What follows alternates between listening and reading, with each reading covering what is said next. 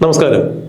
ശബരിമല സ്വർണ്ണക്കൊള്ള വിവാദം തന്നെയാണ് കേരളത്തിലെയും ദക്ഷിണേന്ത്യയിലെയും എല്ലാ മാധ്യമങ്ങളും ഇപ്പോൾ ചർച്ചയാക്കിയിരിക്കുന്നത്.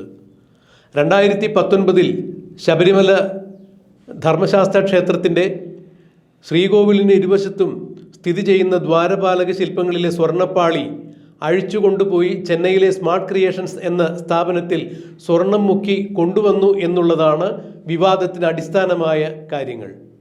എന്നാൽ 998, 999 കാലഘട്ടത്തിൽ UB ഗ്രൂപ്പ് ചെയർമാനായ വിജയ് മല്യ ശബരിമലയിൽ ഏതാണ്ട് 33 കിലോഗ്രാം സ്വർണം ചിലവാക്കിക്കൊണ്ട് ശബരിമലയിലെ ശ്രീകോവിലിൻ്റെ മേൽക്കൂരയും താഴികക്കുടങ്ങളും ചുറ്റമ്പലത്തിലെ അയ്യപ്പ വീരചരിതവും ദ്വാരപാലക ശില്പത്തിലെ സ്വർണ്ണപ്പാളികളുമെല്ലാം അന്നേ തന്നെ സ്വർണത്തിൽ തന്നെയാണ് പൊതിഞ്ഞിരുന്നത് എന്നുള്ള വാർത്ത പുറത്തു വരുമ്പോൾ 2019 ശബരിമലയിൽ നിന്നും ദ്വാരപാലക ശില്പത്തിൽ നിന്നും അഴിച്ചുകൊണ്ടുപോയത് ചെമ്പ് പാളിയാണ് എന്ന് ദേവസ്വത്തിൻ്റെ മഹസറിലും രജിസ്റ്ററിലും രേഖപ്പെടുത്തിയിരിക്കുന്നു.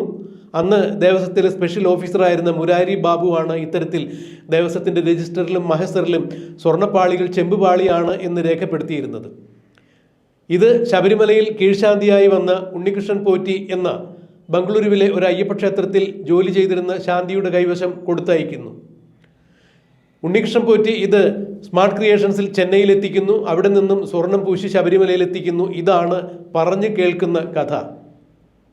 എന്നാൽ പിന്നീട് ഇത്തരം വിഷയങ്ങളുമായി ബന്ധപ്പെട്ട് അന്വേഷണം പുരോഗമിച്ചപ്പോൾ ഈ പറഞ്ഞതെല്ലാം സർവത്ര കാര്യങ്ങളും ആസൂത്രിതമായിരുന്നു, നുണയായിരുന്നു എന്നുള്ളത് ഒന്നിനു പുറകെ ഒന്നായി തെളിയുന്ന സാഹചര്യമാണ് നാം കണ്ടത്. ശബരിമലയിൽ നിന്നും ഏതെങ്കിലും തരത്തിൽ ഒരു സ്വർണ്ണ നിർമ്മിതികളോ അല്ല എന്നുണ്ടെങ്കിൽ മറ്റെന്തെങ്കിലും ആവട്ടെ, നിർമ്മിതികളാവട്ടെ, അതിൻ്റെ മരാമത്ത് പണി നടത്തണം എന്നുണ്ടെങ്കിൽ ശബരിമലയിലെ Devaswom engineer, Devaswom commissioner, Devaswom administrative officer, Devaswom president മുതലായ ആളുകൾ അറിയാതെ നടക്കില്ല.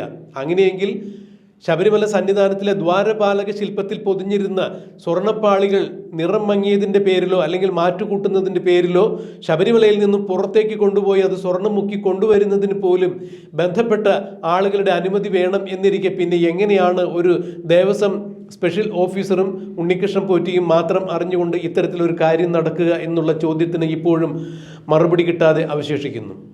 ഈ സാഹചര്യത്തിലാണ് 2019 ദേവസ്വം വകുപ്പ് മന്ത്രിയായിരുന്ന കടകംപള്ളി സുരേന്ദ്രനിലേക്ക് ചില സംശയമുനകൾ നീളുന്നത്. ശബരിമലയിലെ സ്വർണ്ണക്കൊള്ള വിവാദം ഇപ്പോഴും കത്തി നിൽക്കുന്ന സാഹചര്യത്തിൽ കടകംപള്ളി സുരേന്ദ്രൻ മാധ്യമങ്ങളിൽ നിന്നും ഒഴിഞ്ഞു മാറി നടക്കുന്ന കാഴ്ചയാണ് കാണുന്നത്. അബദ്ധവശാൽ മാധ്യമങ്ങളുടെ മുന്നിലെത്തുന്ന കടകംപള്ളിയോട് സ്വർണ്ണ കൊള്ളയെക്കുറിച്ച്, ശബരിമലയിലെ നിലവിലുള്ള സാഹചര്യത്തെക്കുറിച്ച് ആരെങ്കിലും ചോദിച്ചു കഴിഞ്ഞാൽ അപ്പോൾ തന്നെ കടകംപള്ളി അതിൽ നിന്നും ഒഴിഞ്ഞു മാറുന്ന കാഴ്ചയാണ് നാം കാണുന്നത്. ബഹുമാനപ്പെട്ട ഹൈക്കോടതിയുടെ പരിഗണനയിലിരിക്കുന്ന ഈ കേസ് ഒരു കാരണവശാലും കൂടുതൽ വിവരങ്ങൾ പറയാൻ പറ്റില്ല എന്നുള്ളൊരു മുട്ടായുക്തി ന്യായം പറഞ്ഞുകൊണ്ട് കടകംപള്ളി സുരേന്ദ്രൻ ഒഴിഞ്ഞു മാറുന്ന കാഴ്ച ദുരൂഹം തന്നെയാണ്. പ്രതിപക്ഷ നേതാവ് ഒരിക്കൽ പറഞ്ഞിട്ടുണ്ടായിരുന്നു, അന്നത്തെ ദേവസ്വം വകുപ്പ് മന്ത്രിയായിരുന്ന കടകംപള്ളി സുരേന്ദ്രൻ അറിയാതെ ഇത്തരത്തിൽ ശബരിമലയിൽ ഒരു സ്വർണ്ണക്കൊള്ള നടക്കില്ല എന്ന്. അതിന് മറുപടിയായി കടകംപള്ളി സുരേന്ദ്രൻ പറഞ്ഞത് പ്രതിപക്ഷ നേതാവിൻ്റെ നാവിന് എല്ലില്ലാത്തതിനാൽ എന്തും വിളിച്ചു പറയാമെന്നുള്ള ധാരണ ശരിയല്ല, പ്രതിപക്ഷ നേതാവിനെതിരെ നിയമ നടപടികളുമായി മുന്നോട്ട് പോകും എന്നാണ് കടകംപള്ളി സുരേന്ദ്രൻ പറഞ്ഞത്. അതെന്ത് തന്നെയായാലും ദേവസ്വം വകുപ്പ് മന്ത്രിയായിരുന്ന കടകംപള്ളി സുരേന്ദ്രൻ അറിയാതെയാണ് ശബരിമലയിൽ കോടിക്കണക്കിന് രൂപയുടെ സ്വർണ്ണക്കൊള്ള നടന്നിരിക്കുന്നത് എന്ന് പറയുമ്പോൾ അത് മൂക്ക് കീഴേക്കായ ആളുകൾക്ക് വിശ്വസിക്കാൻ ബുദ്ധിമുട്ടുണ്ട് എന്ന് തന്നെയാണ് അയ്യപ്പ വിശ്വാസികളും കേരളീയരുമെല്ലാം ഒരേ സ്വരത്തിൽ പറയുന്നത്. എന്തുകൊണ്ടാണ് ഉണ്ണികൃഷ്ണൻ പോറ്റിയെ അറിയുമോ എന്നുള്ള ചോദ്യത്തിന് അതൊന്നും അല്ലല്ലോ ഇവിടുത്തെ പ്രധാന വിഷയം എന്ന് കടകംപള്ളി സുരേന്ദ്രൻ മാധ്യമങ്ങളോട് പറഞ്ഞത് എന്ന് ഇപ്പോഴും മനസ്സിലാക്കാൻ കഴിയുന്നില്ല. മറ്റൊരു കാര്യം എന്ന് വെച്ചാൽ കടകംപള്ളി സുരേന്ദ്രൻ പങ്കെടുത്ത, ദേവസ്വം വകുപ്പ് മന്ത്രി എന്ന രീതിയിൽ കടകംപള്ളി സുരേന്ദ്രൻ പങ്കെടുത്ത ഒരു ചടങ്ങിൽ ഉണ്ണികൃഷ്ണൻ പോറ്റിയും പങ്കെടുത്തിട്ടുണ്ടായിരുന്നു, സജീവ സാന്നിധ്യമുണ്ടായിരുന്നു. ഇതേക്കുറിച്ച് ചോദിച്ചപ്പോൾ കടകംപള്ളി സുരേന്ദ്രൻ പറഞ്ഞത്, മന്ത്രി എന്ന രീതിയിൽ ഞാൻ പല ചടങ്ങുകളിലും പങ്കെടുക്കാറുണ്ട്, അവിടെയെല്ലാം എത്രയോ പേർ വരുന്നു പോകുന്നു, ഇതൊക്കെ ആരൊക്കെയാണെന്ന് എങ്ങനെയാണ് നോക്കാൻ സാധിക്കുക എന്നുള്ളതാണ് കടകംപള്ളി സുരേന്ദ്രൻ തുറന്നടിച്ചത്. എന്നാൽ SIT പോറ്റിയുടെ വീട്ടിൽ നടത്തിയ മാരത്തൺ റെയ്ഡിൽ, അതായത് ഏതാണ്ട് 10 മണിക്കൂർ നേരമാണ് കഴിഞ്ഞ ദിവസത്തിൽ ഉണ്ണികൃഷ്ണൻ പോറ്റിയുടെ തിരുവനന്തപുരത്തെ വീട്ടിൽ SIT റെയ്ഡ് നടത്തിയത്, വിലപ്പെട്ട പല രേഖകളും കണ്ടെടുത്തത്.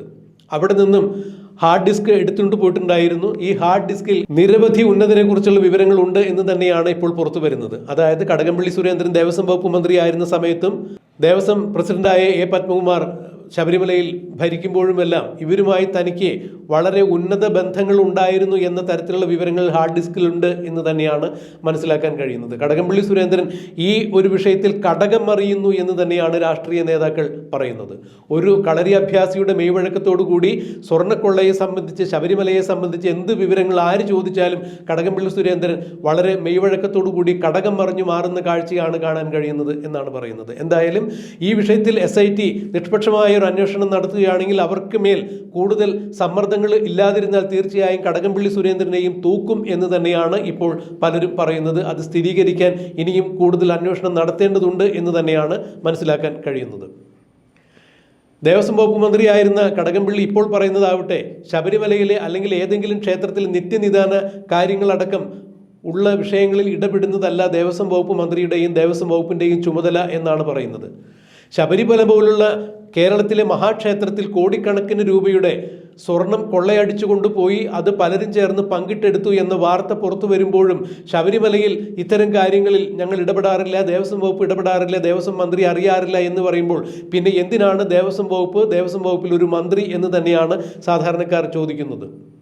ദേവസ്വം വകുപ്പ് മന്ത്രി എന്ന് കസേരയിൽ ഇരുന്നു കൊണ്ട് പിന്നെ അക്കാലയളവിൽ കടകംപള്ളി സുരേന്ദ്രൻ എന്താണ് ചെയ്തത്, അല്ലെങ്കിൽ ദേവസ്വത്തിന് വേണ്ടി എന്ത് രീതിയിലുള്ള ഭരണമാണ് കടകംപള്ളി സുരേന്ദ്രൻ നടത്തിയത് എന്ന് തന്നെയാണ് ഇപ്പോൾ ജനങ്ങൾ ചോദിക്കുന്നത്. അക്ഷരാർത്ഥത്തിൽ കടകംപള്ളി സുരേന്ദ്രനെ വലിച്ചു കീറിക്കൊണ്ട് തന്നെയാണ് അയ്യപ്പ വിശ്വാസികൾ ഇപ്പോൾ സാമൂഹ്യ മാധ്യമങ്ങളിൽ പൊങ്കാലയിടുന്ന തരത്തിൽ ഓരോരോ പോസ്റ്റുകൾ ഇട്ടുകൊണ്ടിരിക്കുന്നത്. കടകംപള്ളി സുരേന്ദ്രനടക്കം, അല്ലെങ്കിൽ കടകംപള്ളി സുരേന്ദ്രനേക്കാൾ മുകളിലുള്ള വലിയ ആളുകളടക്കം ശബരിമലയിലെ സ്വർണ്ണക്കൊള്ളയിൽ പങ്കുണ്ട് എന്ന് സാധാരണക്കാരായ അയ്യപ്പ ഭക്തന്മാർ വിശ്വസിക്കുമ്പോൾ അതിൻ്റെ യാഥാർത്ഥ്യം വ്യക്തമാക്കുവാൻ 2019 നടന്ന ഈ തട്ടിപ്പിനെ കുറിച്ച് കൃത്യമായ കാര്യങ്ങൾ വ്യക്തമാക്കുവാൻ അന്ന് ദേവസ്വം വകുപ്പ് മന്ത്രിയായിരുന്ന കടകംപള്ളി സുരേന്ദ്രന് ധാർമ്മികമായ ഉത്തരവാദിത്തമുണ്ട്, ബാധ്യതയുണ്ട്. ഈ ഉത്തരവാദിത്തത്തിൽ നിന്നാണ് കടകംപള്ളി സുരേന്ദ്രൻ ഒഴിഞ്ഞു മാറുന്നത്. നിയമസഭയ്ക്കകത്തും ശബരിമലയിലെ സ്വർണ്ണക്കൊള്ള വിവാദമായപ്പോൾ കത്തി ജ്വലിച്ചു നിന്നു കഴിഞ്ഞപ്പോൾ കടകംപള്ളി സുരേന്ദ്രൻ ഒരക്ഷരം മിണ്ടാതെ മൂലയ്ക്ക് മാറിയിരിക്കുന്ന കാഴ്ചയാണ് കാണാൻ കഴിഞ്ഞത്. ഇപ്പോഴത്തെ ദേവസ്വം വകുപ്പ് മന്ത്രിയായ വാസവനെ പ്രതിപക്ഷ കക്ഷികൾ ഒരുമിച്ച് നിന്ന് കൂട്ടത്തോടെ ആക്രമിക്കുന്നത് കാണുമ്പോഴും അന്നത്തെ ദേവസ്വം വകുപ്പ് മന്ത്രിയായിരുന്ന, അതായത് ശബരിമലയിൽ ക്രമക്കേട് നടന്ന 2019 ദേവസ്വം വകുപ്പ് മന്ത്രിയായിരുന്ന കടകംപള്ളി സുരേന്ദ്രൻ നിയമസഭയിൽ ഒരു മൂലയ്ക്ക് ഒതുങ്ങിയിരിക്കുന്ന കാഴ്ചയാണ് കാണാൻ കഴിഞ്ഞത്. അതായത് വളരെ നിഗൂഢമായ തന്ത്രപരമായ ഒരു മൗനം അവലംബിച്ചുകൊണ്ട് തന്നെ കടകംപള്ളി സുരേന്ദ്രൻ ഞാനൊന്നും അറിഞ്ഞില്ലേ രാമനാരായണ എന്ന മട്ടിൽ കഴിഞ്ഞുകൂടുമ്പോൾ അരിയാഹാരം കഴിക്കുന്ന മലയാളികൾക്ക് എന്താണ് ഇതിൽ സംഭവിച്ചിട്ടുള്ളത് എന്നുള്ളത് ഊഹിക്കാൻ സാധിക്കും.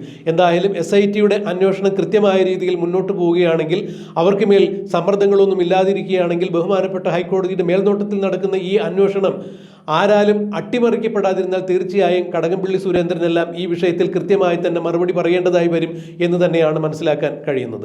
ദേവസ്വം വകുപ്പ് മന്ത്രി എന്ന രീതിയിൽ 2019 നടന്ന ഈ ഒരു സ്വർണ്ണക്കൊള്ളയിൽ നിന്നും കൈ കഴുകി മാറി നിൽക്കാൻ അന്നത്തെ ദേവസ്വം വകുപ്പ് മന്ത്രിയായ കടകംപള്ളി സുരേന്ദ്രനാകില്ല. കടകംപള്ളി സുരേന്ദ്രൻ ഇക്കാര്യത്തിൽ മറുപടി പറയേണ്ടതായി വരും എന്ന് തന്നെയാണ് മനസ്സിലാക്കാൻ കഴിയുന്നത്. എന്തായാലും SIT അന്വേഷണം മുന്നോട്ട് പോകുമ്പോൾ ഇനി ആരൊക്കെയാണ്, ഏതൊക്കെ വൻ തിമിംഗലങ്ങളാണ്, ഏതൊക്കെ വൻ സ്രാവുകളാണ് SITയുടെ വലയിൽ കുടുങ്ങുക എന്നുള്ളത് നമുക്ക് കണ്ടറിയാൻ കാത്തിരിക്കാം.